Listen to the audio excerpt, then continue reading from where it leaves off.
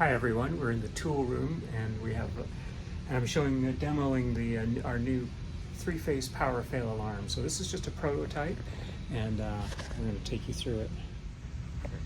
Alright, so we have it hooked up to a three-phase power and so right now you can see that it's reading 205 volts. So it's going to these three breakers, and you wouldn't normally wire it like this.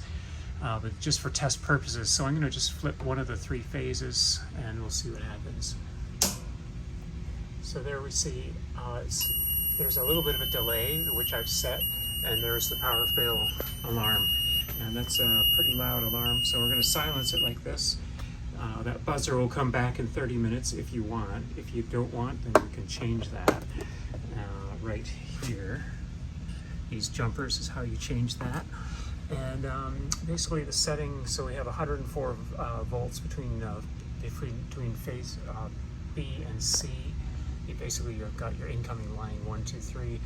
There's a fuse block that didn't arrive yet, so that has to go in here too. But we're going to turn back on the three phases. So now it's back to all three phases.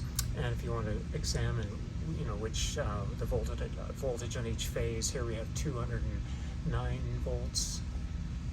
209 on phase, what is that? Okay, A and C is only 207, and then A and B is 210. So we have a little bit of imbalance here. You can set that if you want an alarm. I've set the alarm at 206, I think. So here's the settings here. We have the over voltage at 220, for a duration of 2 seconds, under voltage 205. Again, it has to remain at 205 for 2 seconds. There's a hysteresis setting there that you can set, and the asymmetry, 10 volts for 5 seconds is the asymmetry time, hysteresis, and that's just the response time, before you get the alarm. And the start I'll show you in just a second. So that's pretty much all that you need to know. It's pretty simple. That's just the software version. And now we're back into the display mode. So that's essentially it. So I'm going to throw all three phases will go off now. That's a complete power failure. No power at all. And so we get the same alarm. By the way, that alarm is powered by this 9-volt battery, lithium battery. So that will last for about 4 days before the battery depletes itself. And there's a low battery warning when the battery voltage is low. Now I'm going to turn the power back on.